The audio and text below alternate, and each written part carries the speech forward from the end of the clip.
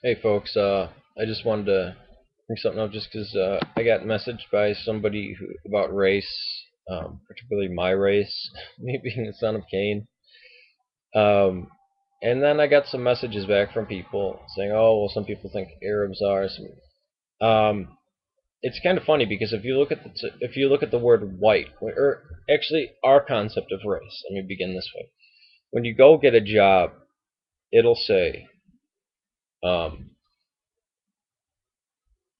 white non-Hispanic, black non-Hispanic, and then Hispanic. Under white non-Hispanic, which is it's kind of strange because if you're a white person born in Central or South America, you instantly get labeled Hispanic. Debbie Nova is 100% Ukrainian Jew. Her parents moved to Nicaragua, and then she was born in Nicaragua, came to America, and now she's considered a great Latin pop singer. But for white, so I mean, they're not even. It's not even genetics that determines our concept of race. It's a strange mix of ethnicity and looks. White is European, North African, and Middle East. If you're descended from primarily European, North African, or Middle Eastern, and you can look that up. If you go to any job, it'll specify it. That is the definition of white in the United States of America: being descended from European, North African, or Middle Eastern descent, being of that descent.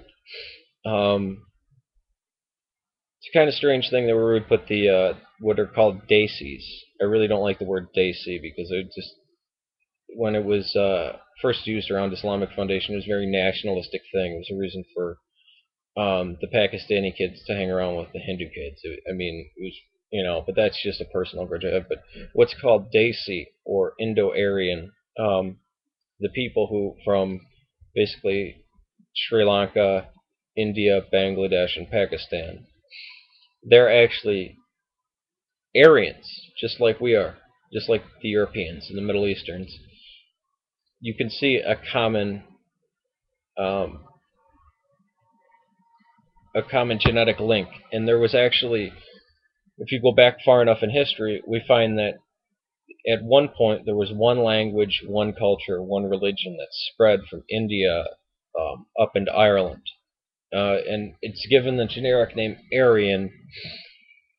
But Aryan, they took that from the high priestly caste that ruled from the Black Sea through India. It meant noble.